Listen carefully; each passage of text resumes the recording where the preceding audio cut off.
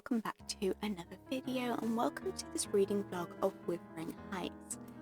Now, here's the thing, if this vlog is a success, this will be the first time that I have actually finished Wuthering Heights. So I have tried to read this book before, however I didn't get very far into it because I just really didn't like some of the characters and I really struggled with it. But this was quite a long time ago now. I actually think I might have been still in school when I tried to read this, so it has been a good while since then.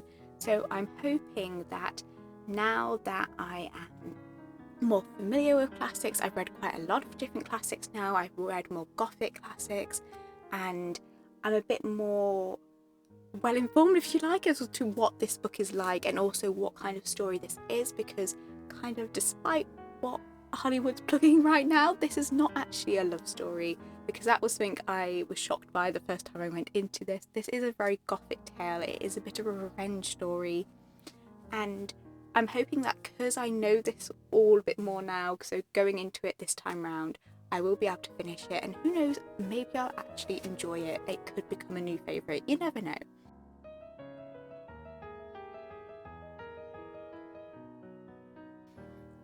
So yeah, I have to say I'm a little bit nervous going into reading this, but I have this very pretty edition from Emrynn Publishing. This is their new Emrynn Classics edition of Wuthering Heights, and it is so pretty. It has such a gorgeous cover and this beautiful, almost special edition like quote on the background, on the back cover instead of a blurb.